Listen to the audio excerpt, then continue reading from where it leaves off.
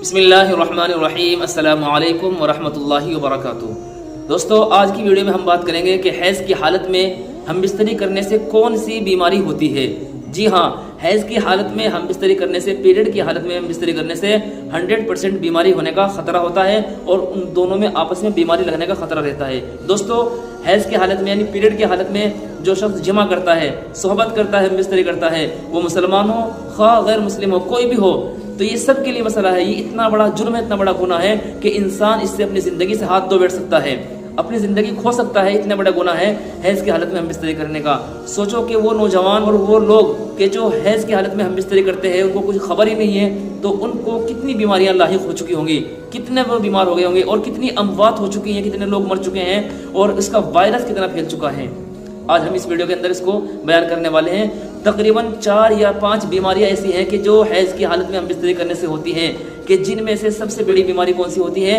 Hepatitis, کہ عورت کی بچے دانی خطرے میں آ جاتی ہے۔ اور بچے دانی کے اندر جب وہ حیض کی حالت میں ہم بستری کرتے ہیں، پیریڈ میں ہم بستری کی جاتی ہے، تو جو شوہر کا اعلیٰ تناسل ہوتا ہے، اس کے ذریعے سے جو منی خارج ہوتی ہے، تو عورت کی چونکہ بچے دانی پر پرت آ جاتی ہے، وہ کھل جاتی ہے، اس کے اندر چلی جاتی ہے، اور وہ سراسر جو خون ہوتا ہے عورت کا، گندگی کا والا خون ہوتا ہے، جب اس میں مرد کا ایک تازہ اور ایک فریش اس کے اندر وہ خون جاتا ہے، یا مرد کی منی جب اس کے اندر جاتی ہے، مرد کی منی جب جاتی ہے، تو مرد کا جو اعلیٰ تناسل ہوتا ہے وہ اس گندگی کی وجہ سے وہ بالکل ختم ہو جاتا ہے۔ اس کے اندر وہ صلاحیت نہیں رہتی ہے کہ وہ پھر سے آئندہ بچے جننے کی صلاحیت اس کے اندر ہو سکے۔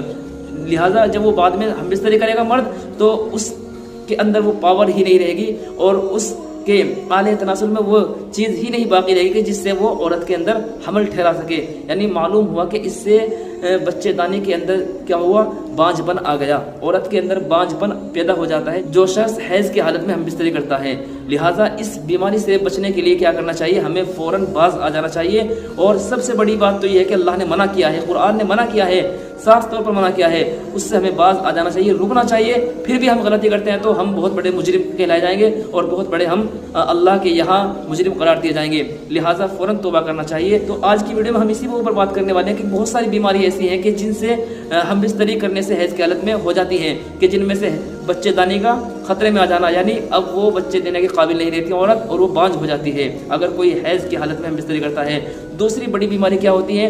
دوسری بڑی بیماری ہوتی ہے کہ اندام نہانی پر جب وہ ہم بستری کرتا ہے شوہر، اندام نہانی جو اس کی عورت کی فرج ہوتی ہے، شرمگاہ ہوتی ہے، اس میں رگڑ لگنے کی وجہ سے وہ خراب ہونے کا خطرہ رہتا ہے۔ تیسری بیماری جو سوزش کی بیماری ہوتی ہے، یہ بھی ایک بڑی خطرناک بیماری ہوتی ہے کہ جس سے رگڑ کی وجہ سے آپس کے جراثیم، وائرس دونوں کے اندر منتقل ہو جاتے ہیں، کہ جس سے اور زیادہ آپس کے اندر بہت ساری بیماریاں اور جراثیم مرد کے عورت کے اندر اور عورت کے مرد کے اندر آ جاتے ہیں گندگی کی وجہ سے، جس سے اس کی زندگی کے چانس کم ہونے شروع ہو جاتے ہیں۔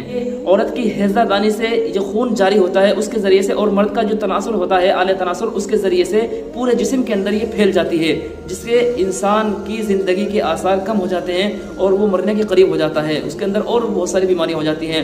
تو یہ ایک بیماری تھی ہیپاٹائٹس کی۔ اس کے علاوہ ایک اور بیماری تھی HIV، ایڈس کی بیماری ہو جاتی ہے دونوں کے اندر۔ اور ایڈس کی بیماری سے آپ لوگ اچھی طرح واقف ہیں کہ جس سے بہت ساری اموات ہو چکی ہیں۔ ایڈس کا مریض وہ زیادہ دیر تک ٹک نہیں سکتا ہے، ایڈس کا بیمار بہت جلد اس دنیا سے چلا جاتا ہے۔ لہٰذا ہمیں آج ہی توبہ کرنا چاہیے اللہ سے اگر ہم اس کام کو کرتے ہیں، اور حیض کے دوران ہم بستری کرنے سے یہ بیماریاں ضرور لاحق ہوتی ہیں۔ لہٰذا ہمیں فوراً باز آ جانا چاہیے۔ قرآن بھی اس سے منع کرتا ہے اور طبی اعتبار سے بھی یہ منع ہے۔ امید ہے بات آپ کی سمجھ میں آئی ہوگی۔ آپ لوگ اس ویڈیو کو خوب زیادہ شیئر کیجیے۔ آپ کے بھی کوئی مسائل ہو، کوشچنز ہو، ضرور کمنٹ باکس میں لکھیں۔ ملتے ہیں نیکسٹ ویڈیو میں، تب تک کے لیے اجازت۔ السلام علیکم ورحمۃ اللہ وبرکاتہ۔